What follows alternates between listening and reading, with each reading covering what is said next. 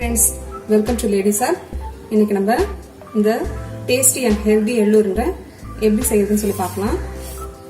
இப்போ இந்த எள்ளு உருண்டை செய்யறதுக்கு தேவையான பொருட்கள் பார்க்கலாம். ரொம்ப சிம்பிள் இன்கிரீடியன்ஸ் தாங்க இதுக்கு.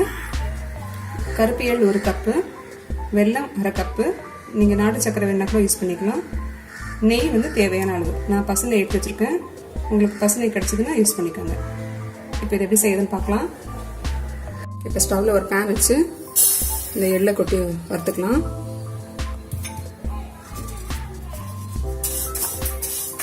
எள்ளுலாம் சூப்பர் மார்க்கெட்லேயே உங்களுக்கு நல்லா கிடைக்கும், சுத்தம் பண்ணி தான் இருக்குது. இருந்தாலும் நீங்கள் ஒரு முறை நல்லா செக் பண்ணிவிட்டு அதுக்கப்புறம் யூஸ் பண்ணுங்கள். ஏன்னா எள்ளில் வந்து சீக்கிரமாக பூச்சி பிடிக்கும், அதை பார்த்துக்கோங்க.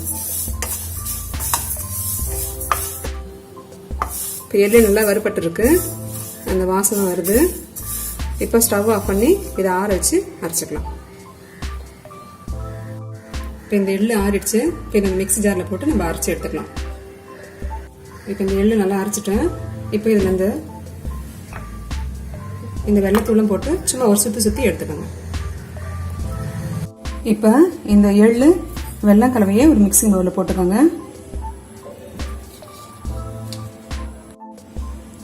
இப்போ இந்த நெய்யை உருக்கி வச்சிருக்கேன், அதை இதோட மிக்ஸ் பண்ணிக்கலாம்.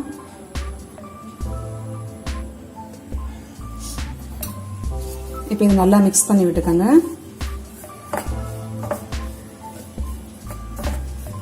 நம்ம குழந்தைங்களுக்கு வந்து சாக்லேட் பிஸ்கெட்ஸ் இது மாதிரிலாம் கொடுக்கறத விட இதை மாதிரி ஒரு எள்ளு உருண்டையை நீங்கள் பண்ணி கொடுத்தீங்கன்னா ரொம்ப நல்லா இருக்கும். இப்போ இது மாதிரி இந்த எள்ளு உருண்டையை நல்லா உருட்டி எடுத்து வச்சுக்கோங்க. நீங்கள் வந்து விருப்பப்பட்டீங்கன்னா முந்திரி கூட நல்லா ஒரு பொடி பண்ணி இதோட சேர்த்து மிக்ஸ் பண்ணி கொடுக்கலாம், இன்னும் டேஸ்டாக இருக்கும். பாருங்க, இப்போ இந்த சூப்பரான எள்ளு உருண்டை எவ்வளோ சீக்கிரம் உங்களுக்கு ரெடி ஆயிடுச்சு. நம்ம வெள்ளம் பாகு காய்ச்சி செஞ்சோம்னா அது கொஞ்சம் டைம் ஆகும். இதை நம்ம அப்படியே மிக்ஸ் பண்ணி பண்ணுறதுனால ரொம்ப ஈஸியாக பண்ணிடலாம். நீங்களும் ட்ரை பண்ணி பாருங்கள். இந்த வீடியோ உங்களுக்கு பிடிச்சிருந்தா லைக் பண்ணுங்கள், ஷேர் பண்ணுங்கள், மறக்காமல் சப்ஸ்கிரைப் பண்ணுங்கள்.